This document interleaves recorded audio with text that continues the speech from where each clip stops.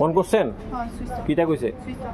মানে আপনি কি অপহরণকারী তারারে ফোন করতেছেন? না না তো অপহরণকারীরা হেরা নাম্বার দিয়ে কল করে না, আমার জামার নাম্বার দিয়ে কল করে। আপনার হাজবেন্ডের নাম্বার দিয়ে করে? আচ্ছা, তো ওখানে কি সুইচ অফ? যোগাযোগ ওখানে কেমনে করবেন? এখন তো করেন, আগে তো হইতো, এখন অপহরণকারী তারার কোনো খবর পাইছেন? কোন জায়গাতে আছে? শুধু জানেন যে বাংলাদেশে।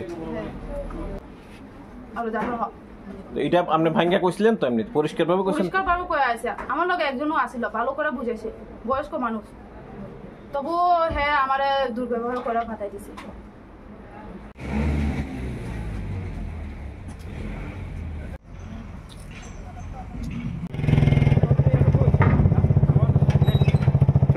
বলবেন আপনারা এই যে 3 দিন পর আপনার ফিরে আসা, 3 দিন পর্যন্ত আপনার মিসেস এখানটায় অপেক্ষা করা, ভালো মানে আমরা দেশের লোক।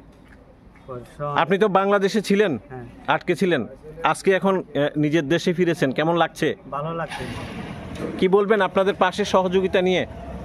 ওনাকে তো অনেক ধন্যবাদ, লোকেকে আমাদের হেল্প করে। এত কি মারধর কি জানা? মারধর টিয়া না দিন লেগে মানে টিয়া দিবে লেগে মারতাছে। কে মারছে? এ মানে যদি অপহরণ করছে এডি। আচ্ছা, শুধু মারতে থাকে বেশি, এখনো দাগ আছে তো। এখন এক্ষেত্রে কোনো পুলিশের তরফ থেকে কোনো মারধর? পুলিশের মারছেন, কোনো মারধর নেই বাংলাদেশ পুলিশ। বলেছিলেন সেটা হচ্ছে পুলিশের সাথে অপহরণকারীদের যে যোগাযোগ, সে নিয়ে আপনি আমাকে ফোনে বলেছিলেন। এটা তো হেরা কইছিল ওই ভিডিও মামলা ভিডিও যেটা আমি কইছিল না, ভিডিও। হ্যাঁ, জোরপূর্বক যে ভিডিও। হেরার মধ্যে মানে কথা হইছে, হেরা পুলিশ লগে অন্য লোক ফাটাইছে, হেরার কথা কইছে। মানে অপহরণকারীরা অন্য লোক পাঠাচ্ছে পুলিশের কাছে? হ্যাঁ, পুলিশ কাছে, বাংলাদেশ পুলিশ ওরার সাথে কথা বলছে। হ্যাঁ হ্যাঁ হ্যাঁ। আর আমি তো শোনা যাচ্ছে কাছে, তো আমার শোনা যাচ্ছে হেরা কইতাছে আমার হেরার লোকও আইসার কথাবার্তা কইতাছে এখন অন্য পুলিশ আইসার আমার। এমনিতে আপনার সাথে কোনো অবৈধ কোনো কিছু? না না, কোনো কিছু।